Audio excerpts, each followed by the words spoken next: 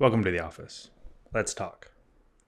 In my last video, What Architecture School Doesn't Teach You, I talked about the gaps, the things you don't learn until you're out in the real world. This time, I want to go a step further. Let's imagine what it could look like if architecture school were redesigned by working architects, by people who live through the profession and understand what really matters once that diploma's on the wall. I've been thinking a lot about what it might look like. Maybe even one day turning it into a real program or course, a kind of mentorship or curriculum designed around things school overlooks, but practice demands. But let's just consider this the first sketch of that idea. And just to get it out there, these aren't complaints. These are just the classes I wish existed. A curriculum not just for better architects, but for better humans who happen to design buildings. So before the first sketch, before the trace paper, there's something every architect has to do. Get that job. Get that project. Find that client.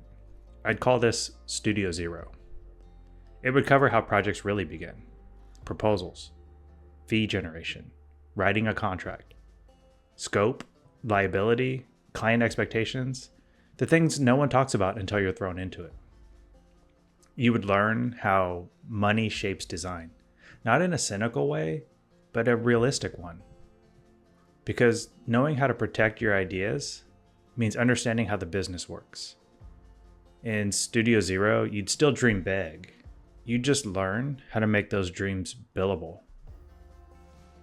The next class, probably the most important class, Communications 101 for Architects. Every week, you'd present your design, but to someone outside the profession. A teacher, a nurse, a mechanic, and you'd explain your concept without using the word concept.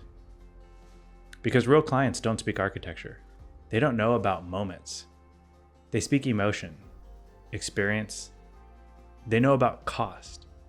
This course wouldn't just teach you how to give a presentation.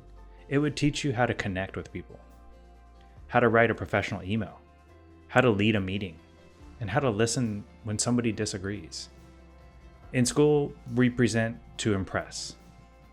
In practice, we present to align, to make connections with people.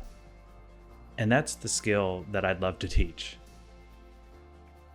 Every semester should include what I'd call the life lab.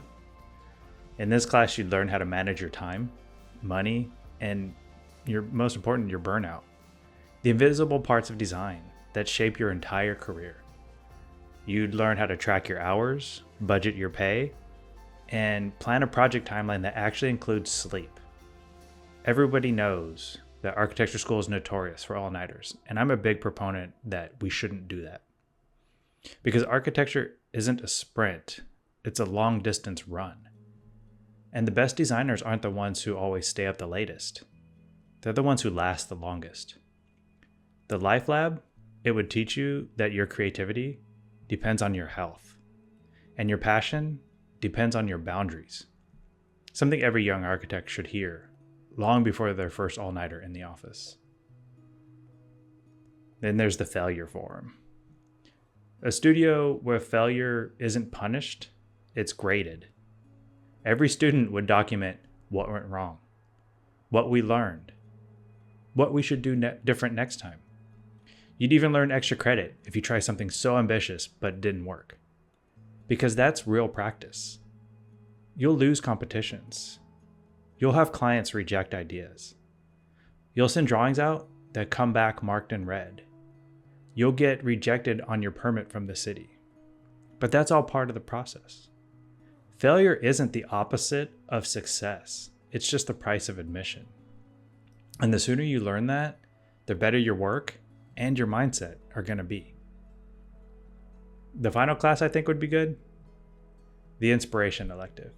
No deadlines, no grades, just time to reconnect with what made you fall in love with architecture in the first place.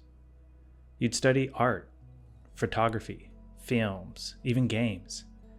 Anything that teaches you to see differently. Because architecture, it's not just about the walls and the roofs. It's about perception and meaning. And in a profession that constantly demands output, sometimes the best lesson is to slow down and notice the world again. So if schools taught even half these things, I think we'd graduate architects who are better prepared, more balanced, and more inspired. If you haven't seen it yet, go watch my last video, What Architecture School Doesn't Teach You. This one builds on that, the missing half of the conversation. Maybe one day I'll turn this idea into a real course, built from experience, not just theory. But for now, I'd love to hear from you. What about you? If you could redesign architecture school, what would it include? All right, that's it. Let's get back to work.